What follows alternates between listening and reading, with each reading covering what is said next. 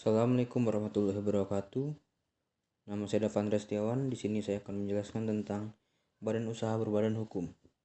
Badan usaha yang berbadan hukum adalah badan usaha yang memisahkan antara harta kekayaan pribadi pemilik atau pendirinya dan harta kekayaan badan usaha.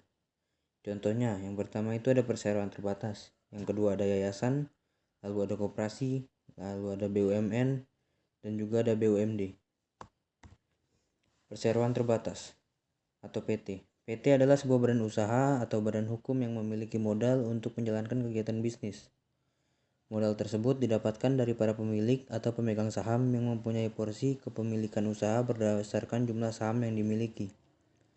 Contohnya yaitu ada PT Pertamina, PT Kimia Farma, PT Telekomunikasi Indonesia, dan juga PT Garuda. Lalu ada yayasan. Yayasan adalah suatu badan hukum yang mempunyai maksud dan tujuan bersifat sosial, keagamaan, dan kemanusiaan. Didirikan dengan memperhatikan persyaratan formal yang ditentukan dalam undang-undang. Yang pertama, contohnya ada Yayasan Insan Muda Mulia, lalu ada Yayasan Obor Berkat Indonesia, lalu ada Yayasan Muhammadiyah. Selanjutnya koperasi. Koperasi adalah sebuah badan usaha yang organisasinya didirikan khusus untuk memberi kesejahteraan pada anggotanya. Tujuan memberi kesejahteraan tersebut lebih kepada sektor ekonomi. Badan usaha khusus yang dibentuk dengan asas kekeluargaan, sebab badan usaha ini akan memprioritaskan anggota di dalamnya. Contohnya yaitu ada KUD, Koperasi Simpanan Pinjam Unit Desa. Lalu ada KSU, Koperasi Serba Usaha.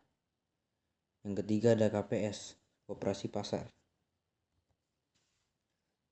Lalu ada BUMN, Badan Usaha Milik Negara. Perusahaan yang dimiliki oleh negara dan usahanya dijalankan oleh negara, baik perusahaan tersebut dimiliki sepenuhnya, sebagian besar, maupun sebagian kecil. Yang dimaksud dengan negara sebagai pengelola adalah pemerintah. Contohnya yaitu Pertamina, PLN, dan juga Garuda Indonesia. Lalu ada BUMD, perusahaan yang dimiliki oleh pemerintah daerah. BUMD merupakan organisasi yang memiliki status korporat yang independen, dipimpin oleh dewan direksi yang ditunjuk oleh pejabat pemerintah dengan kepemilikan mayoritas publik. Contohnya ada Bank Pembangunan Daerah atau BPD, Perusahaan Daerah Angkutan Kota atau Bus Kota, lalu ada Perusahaan Daerah Air Minum, PDAM. Ini ada kelebihan badan usaha berbadan hukum. Kelebihannya adalah harta dan aset pribadi lebih aman. Lalu yang kedua, kepemilikan saham mudah dialihkan. Yang ketiga, jangka waktu tidak terbatas. Yang keempat, lebih mudah mendapat pendanaan. Yang kelima, membuka kesempatan bisnis yang luas. Kekurangan badan usaha berbadan hukum adalah ketika pengusaha memiliki modal yang tidak banyak, maka sangat sulit untuk mendirikan badan usaha, khususnya yang berbadan hukum. Lalu saya akan membahas tentang badan usaha tidak berbadan hukum. Badan usaha yang tidak berbadan hukum adalah badan usaha yang tidak memiliki pemisah yang tegas antara harta kekayaan pribadi pemilik atau pendirinya dengan harta kekayaan badan usaha. Contohnya ada CV, firma, dan persekutuan perdata. Persekutuan komanditer atau CV. CV adalah suatu bentuk badan usaha berupa persekutuan yang didirikan oleh dua orang atau lebih, di mana sebagian para anggotanya memiliki tanggung jawab yang tak terbatas, dan sebagian anggota lainnya memiliki tanggung jawab yang terbatas. CV biasanya didirikan dengan akta dan harus didaftarkan. Contoh yang pertama ada CV Safa Jaya, yang kedua ada CV Industri Kreatif Madiun, lalu yang ketiga ada CV Bintang Permata.